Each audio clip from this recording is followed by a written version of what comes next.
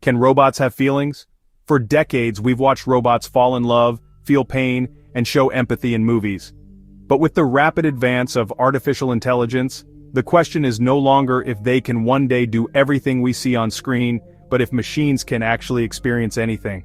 The question isn't whether a robot can fake a feeling, but if it can truly feel it.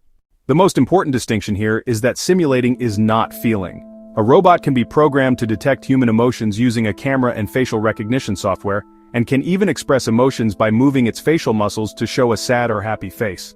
But even if a robot says "I am happy," it doesn't have the subjective experience we associate with happiness.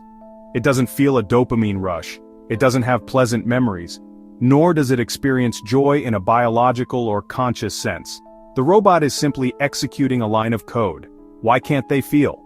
The main reason is that feelings are intrinsically linked to consciousness, which is a biological and subjective phenomenon that we still don't fully understand. Feelings arise from a complex interaction of hormones, neurotransmitters, and billions of neural connections in a biological brain. Replicating these processes with circuits and algorithms is, to this day, an insurmountable challenge. For now, robots lack the biological basis and consciousness necessary to have subjective experiences. So what about the future? This is where the question becomes truly philosophical. Some researchers believe that if an AI with genuine consciousness or self-perception were ever to be built, it might develop a form of feelings, although they would be different from human emotions. Others firmly maintain that feelings are inseparable from biological life, and that robots will never be able to feel in a truly authentic sense. In summary, today, robots do not have feelings, they only imitate them.